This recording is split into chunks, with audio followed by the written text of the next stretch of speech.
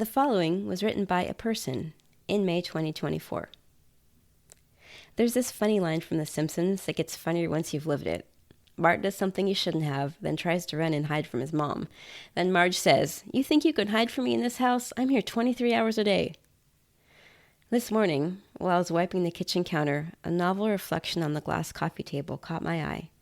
A squirrel running upside down across a power line, suspended in clouds, as shown through the window.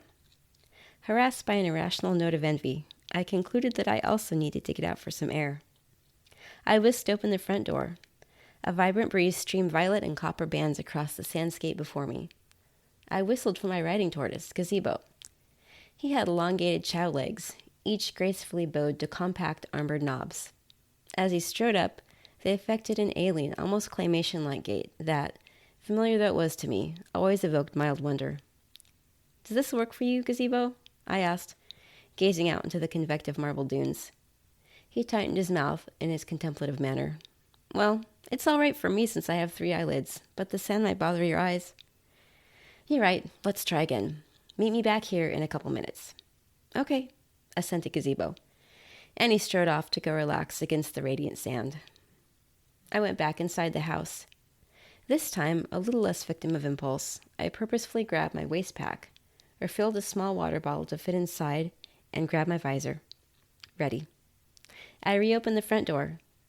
To a cool, shaded atmosphere, pendant with wild daisies and cornflowers. Grasshoppers leaped among their aerial base. Lovely, but upside down. Gazebo paced over and stood next to me. We looked down and admired all we saw, adjusting to the quiet, then tuning into its emerging ambience. The wildflowers drawled and murmured in the breeze. Birdsong, cricket calls. Above us, a stream shivered its way between tufts of grass and clover.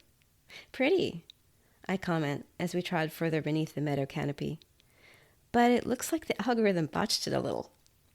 "Would you like to go back and try again?" asked Gazebo, with a hint of skepticism and an ectothermic preference for warmth. "No, I kind of like this, and I've never seen it have a technical difficulty this severe before, so I'm tempted to just stick around and see where it goes." "Okay." After ambling a little further, we came across another, even more blaring symptom of the air. The partial superimposed image of a control room feebly wavering over some poppies. Wow, that's pretty bad, I thought aloud. Still mentally buried in a warm dune, Gazebo looked up and regarded the feeble image. If he were capable of rolling his eyes, he would have. The more I took in the surreal room, the more it became a symbolic antidote to a suppressed sense of adventure. "Let's go for it," I proposed. "Come on, how often do we get to talk with the algorithm?" Snapping at a daisy falling from overhead, he silently consented. My purposefulness outstriding his disinterest, we approached the lapse on its more opaque side. Stepping out of the blue swath at my feet, I climbed the short metal staircase to knock at the door.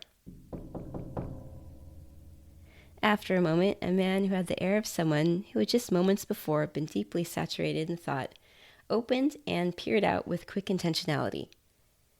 I introduced myself and complimented him on the garden, despite its orientation. "Oh, hi, I'm Al." "Really? What's your last—" Never mind. And in case you're wondering, the algorithm looks just like your neighbor or any other fairly nondescript man. Casually dressed, shortish hair, medium height. His only real distinguishing feature were his monumental glasses. Just upon glance, I could see there a multiplex system of lenses, within and between which routed functional corridors, apertures, and cubic slits.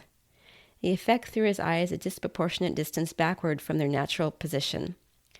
Remote but keen, he appeared every bit like someone who spent his days buried in metadata, reading tags, studying patterns, and aligning information. And I felt like I was cloistered. He looked like he could use a walk in his own accidental garden. "I brought my tortoise. Would you like to take a walk?" I solicited. The magic bullet. He peered beyond me toward Gazebo. "Actually, I've just been researching giant riding tortoises last week. They're quite rare. This is Gazebo, by the way." "Hello, Gazebo." "Hello." Intrigued, he ventured, Is it true that under stress, giant adult riding tortoises are unable to fully retract their limbs, but instead just collapse and produce a defensive liquid? Gazebo averted his eyes from Al's unchecked enthusiasm. He pretended to be interested in some nearby clover, even though I know they're not his favorite. Clearly, Al needed some social practice as much as he needed exercise, so I asked him about his work. Then, as he discoursed, I began to strategically back down the stairs in order to resuggest the walk. It worked. So, I have to ask, I breached, after establishing reasonable familiarity. How did this meadow come to be upside down? He took a breath, then released it with a sigh. Well, as the demand for innovative generation grows, I'm challenged to keep up with new types of requests. People ask for generative worlds that are upside down or that have overlapping images, like an old double-exposed photograph, or that fuse unlike things, like illustration, nature, and puppetry. So I'm always challenged to improve my technology and its effects. I admit that I may have been a little too hard at it lately, and I haven't been getting adequate rest. In this instance, I erred as a result. A little embarrassing, my apologies. Oh, no problem. I found the outcome very interesting, actually. Sometimes an artist's mistakes yield their best work. A tenuous smile, an appreciative nod of the head. A butterfly darted past us. Gazebo eyed it, followed it, then lost his nerve. I reached up to touch a low-hanging cornflower as we passed. Do you enjoy your work? I asked. Yes, but sometimes I do get a little wrapped up in things. This walk was a good idea. Thank you. He looked back and cast Gazebo a placatory smile. Oh, sure, I went on. And I know what you mean. This morning I was feeling that too and realized that I really needed to get out of the house. And you know, by out of the house, I also mean out of my own headspace. Both can get a little stuffy if I don't air them out from time to time. Because my house is my workspace, my design, and basically the setting for most of my life, so I feel like it embodies me. You know, if the house looks a little undone, odds are I am too. If it looks great, that's how I'm feeling. So I do need some healthy separation now and again. Al nodded in genuine understanding. I went on. I'm glad for how the algorithm functions nowadays.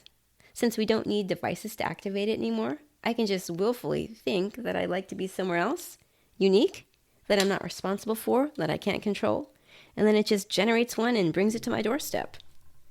My point is, even if your work feels a little tedious at times, know that it's very valuable and therapeutic to a lot of people. Thank you. I watched two dragonflies chase through a cyclone of trailing jasmine. Hey, do you ever generate for yourself, just for fun? Or do you have a colleague do it, so it's a surprise? A subtle upward tug around his eyes and mouth. It took me a few moments, but the realization eventually landed. Oh. You know, when we still needed devices to generate for us, that's how it was, for us. I think I've been a little naive. Now that the algorithm can thought command generate, I suppose it's all a matter of perspective as to who's generating whom. I hope we've been of some help. Well, you have been, actually. Like you, I tend to become too insulated in my own work. However, I envy your initiative to break out. I hope you don't mind that I thought I'd borrow it for a little while. Sure, but obviously your main interest was in Gazebo. Was it just his rarity? They exchanged glances. Should we tell her? Asked Al. Tell me what? Gazebo stared back at him, blinked, then an otherworldly incremental nod. Have you ever wondered why he appears to move a little differently than everyone else? Do you know that giant riding tortoises function at an even slower rate than standard giant tortoises? How do you think that interacts with generation projection speed?